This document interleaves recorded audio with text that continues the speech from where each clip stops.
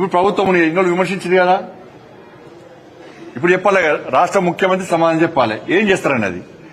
ఇన్నోళ్ళు governor ఆమోదం permission ఇవ్వద్దనే Congress party కోరుకున్నది. ఎందుకంటే బీజేపీని బదనాం చేయాలి.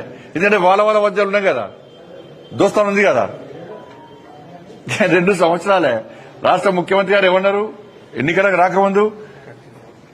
మొత్తం ఉన్న రికవరీ చేస్తా, ఆస్తులు జప్తు చేస్తా, దున్నిస్తా, కేసీఆర్ కుటుంబాన్ని జైలుకు పంపుతా అన్నాడు.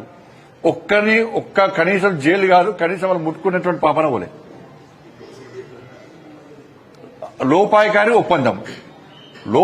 ఒప్పందంతో ఇవాళ రాష్ట్ర ముఖ్యమంత్రి అందుకెత్తున్న ఈ తెలంగాణ రాష్ట్రంలో ఆర్కే పాలన సాగుతున్నది. ఆర్కే రేవంత్ రెడ్డి కేటీఆర్ పాలన కొనసాగుతున్నది.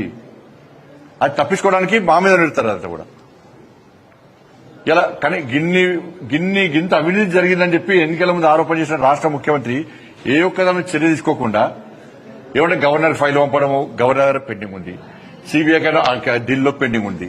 నీ చేతుల్లో ఫస్ట్ ఏ రాదు? ఇక కేసీఆర్ బీఆర్ఎస్ గవర్నమెంట్ లో అవినీతి ఏం జరగలేదంటే ఒప్పుకుంటారు వీళ్ళందరినీ.